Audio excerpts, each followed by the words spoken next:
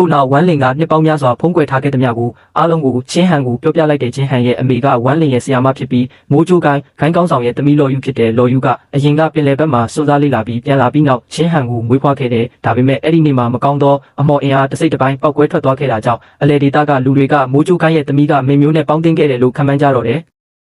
သူ့အဖေလော်ဝူဝင်ကအသက်ကြီးပြီးအင်အားလျော့နေလာခဲ့ပြီးရွမ်အင်းအစ်စ်မှာနှစ်ခု2000လုံးအစ်စ်မတိုးနိုင်ခဲ့ဘူး။ဂိုင်းအတွင်းအာနာလည်းအလွန်နဲ့နေခဲ့တဲ့သူ့နေရာကိုကာကွယ်ဖို့အတွက်သူကကိုသမီးကိုတောင်တစ္ဆာဖောက်ပြီးလော်ယူကိုအနှံခဲ့တယ်။နောက်ဆုံးတော့မိုးကြိုးဂိုင်းဘက်ကလည်းအကြောင်းပြချက်မရှိတော့တာကြောင့်ပြန်လဲဆုတ်ခွာသွားရတဲ့လော်ယူကချင်းဟန်ကိုမွေးရဲ့အချိန်မှတည်းကသူဟာမွေးရပါတောင်းရုပ်ရှိရဆိုတာသိနေခဲ့တယ်။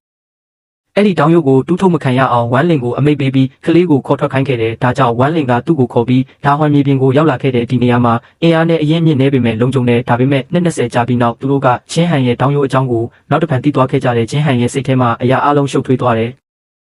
သူ့အရင်ကမထင်ခဲ့ဘူးတဲ့မိမိရဲ့မူလဘဝကမိုးကြိုးကိုင်းကောင်းဆောင်ရဲ့သမီးမမျိုးတွေးဆက်မွေးရပါတောင်ရုပ်ရှိသူကောင်းတာကမင်းကအရှင်ကြီးကိုတွေးခဲ့တာပဲအနေတချို့ကလွတ်မြောက်သွားပြီး20လုံးစိုးရင်ခဲ့တာဒီနေ့မှနည်းနည်းနဲ့စိတ်ချနိုင်ပြီးဝမ်းလင်ရှိနေတဲ့၍ငါအသက်မရှင်နိုင်ရင်တောင်ချင်းဟန်မင်းကတော့အသက်ရှင်နိုင်မယ်ချင်းဟန်တကယ်အံ့ဩသွားတဲ့ချင်းဟန်ရဲ့မူလဘဝကဒီလောက်ရှုပ်ထွေးမယ်လို့မထင်ခဲ့ဘူး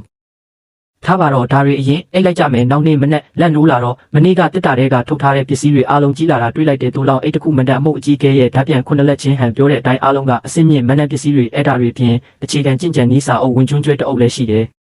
ဟုတ်တယ်ငါအမှန်တကယ်လက်တွေ့ကဘာမှာကြင်ကြံခြင်းနဲ့ကြင်ကြံသူတွေကင်ဆာယောဂမဖြစ်တော့ဘူးမို့လားစာအုပ်ကိုဖွင့်လိုက်တယ်တကယ်တော့ဖတ်စရာတော့မလိုဘူးစာအုပ်ကိုခေါင်းပေါ်တင်လိုက်တာနဲ့အသိပညာတွေကွက်ကွင်းအုံနောက်ထဲဝင်လာတယ်ဒါပေမဲ့နားမလည်တာတွေအများကြီးရှိသေးလို့ချင်းဟန်ကိုမေးမြန်းရင်းအချိန်တွေဖြတ်တန်းသွားတယ်ဒီလိုနဲ့တနေ့ကုန်လွန်သွားပြီးတစ်လလုံးအိမ်ပြင်တောင်မထွက်ခဲ့ဘူးအစားတောက်ဖို့တူတောင်ငါအိမ်လိပ်စာကိုမှတ်မိသွားပြီ